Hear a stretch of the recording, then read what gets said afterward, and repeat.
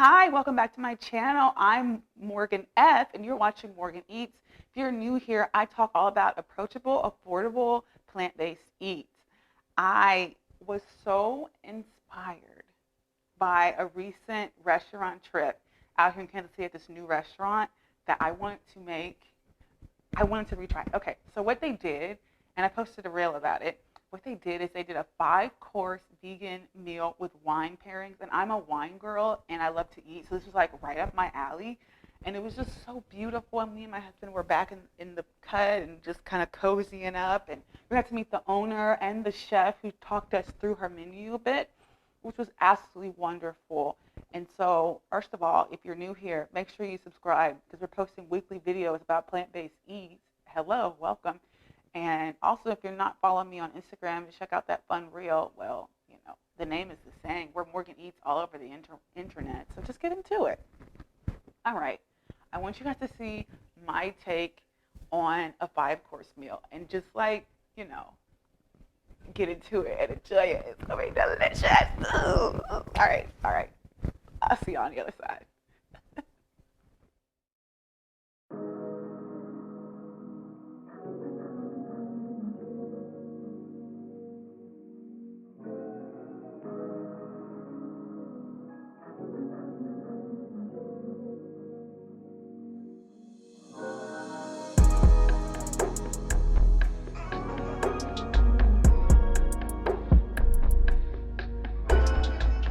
Our first course is a raw beet lasagna, and I have made this recipe on my channel before, so I'll link the video in the clouds, but I just wanted to show you how I made the basil and the cashew ricotta. So this is the basil right here, the pesto. So I'm adding walnuts. It's traditionally made with pine nuts, but anybody got the funds for that. This is affordable. So I'm adding pine nuts, probably about a tablespoon, and then basil along with it, and of course olive oil, tons of olive oil. That's going to go in the blender. And then I'm going to show you the cashews right here. So I had a mix of cashews and some Brazilian nuts because I have tons of Brazilian nuts and they're starting to taste a little stale, so I'm getting rid of them. That's a cup of soaked Brazilian nuts to the juice of 1 lemon, and that's going into a blender. And then you just blend it with some water until it's to the consistency you like. So here I just plated it and I just mandolin a thin beet, and it turned out excellent. My husband actually liked this version better. Second course is my blooming tomato, which is a take on the blooming onion. So what you'll need to do is cut your tomato first in 4s, and then you're going to cut those again so it kind of folds out so you can put the salad fillings in it. And honestly, this would probably taste better if tomatoes were more in season and more fresh, but we do what we have to do. So we're going to just chop up some romaine lettuce so that you can have those prepped and ready. Then we're just going to add the romaine lettuce to the divided tomato. And I was trying to make it pretty and beautiful to impress my husband, but you know, sometimes, I mean, it's tomatoes, so it's okay. And then I topped it with these sunflower bacon bits, which I will totally add the link in the description. It wasn't very hard to make, so you'll just check that recipe down in the description. And then you just add a balsamic from the store, nothing too crazy. That's the balsamic from Aldi right there. And that's how she turned out. And I absolutely loved it. My husband loves potatoes, so I had to make him my famous spicy potatoes, and I actually call these Phoebe's favorite potatoes. That's what that PFP stands for. I've made this several times on my channel before, so I'll just link in the air where the last video. So I'm going to show you how I make this green goddess sauce. So we have 2 garlic cloves in our blender, and one avocado, and then whatever herb you have. This happens to be parsley, a nice handful, probably about maybe 1/4 of a cup. And so I'm just blending that with some lemon juice, and you'll want to add some water to it when you blend it, just to kind of thin it out a little bit. You can also add a little salt and pepper to it as well. Absolutely delicious, and The green goddess is so fun to dip with.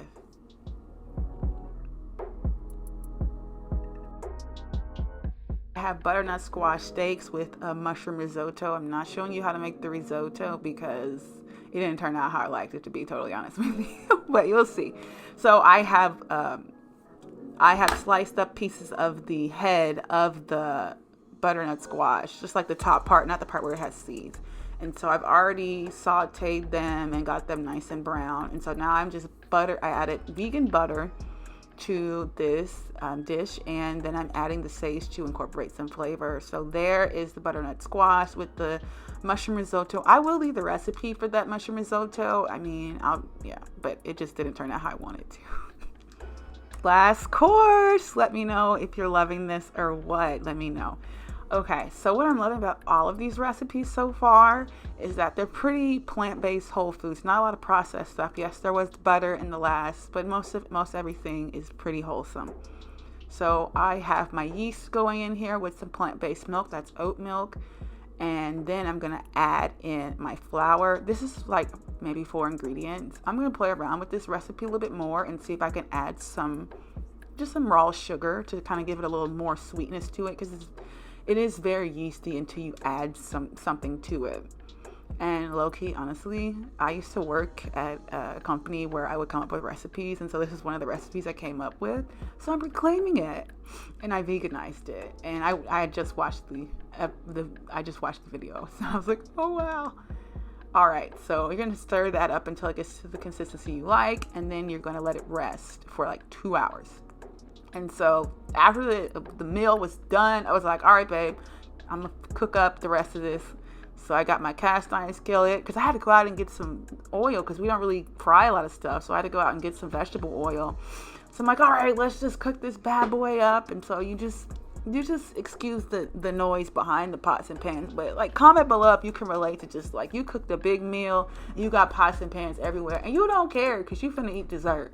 Because that's how I was feeling. Like, this is about to slap. We really about to do the daggone thing. Okay, so now they're getting floating and golden brown and delicious, and we ready. Ooh, look at them. I wish I had some right now. They look so good. So I'm going to take them off and put them on a paper towel plate. Let them bad boys cool a little bit before I douse them with agave oil and some pistachios. And so that's like the only sweetness added to it was that. And here's the final product. And I ate off of these for 2 days. So amazing. So fast together once you're done with the 2-hour wait. Thanks so much for watching. I hope you enjoyed, either were entertained or now hungry. Because low-key, watching it back, I'm hungry too. And I have no more leftovers. I ate those leftovers for like 2 more days. Let me know what was your favorite course.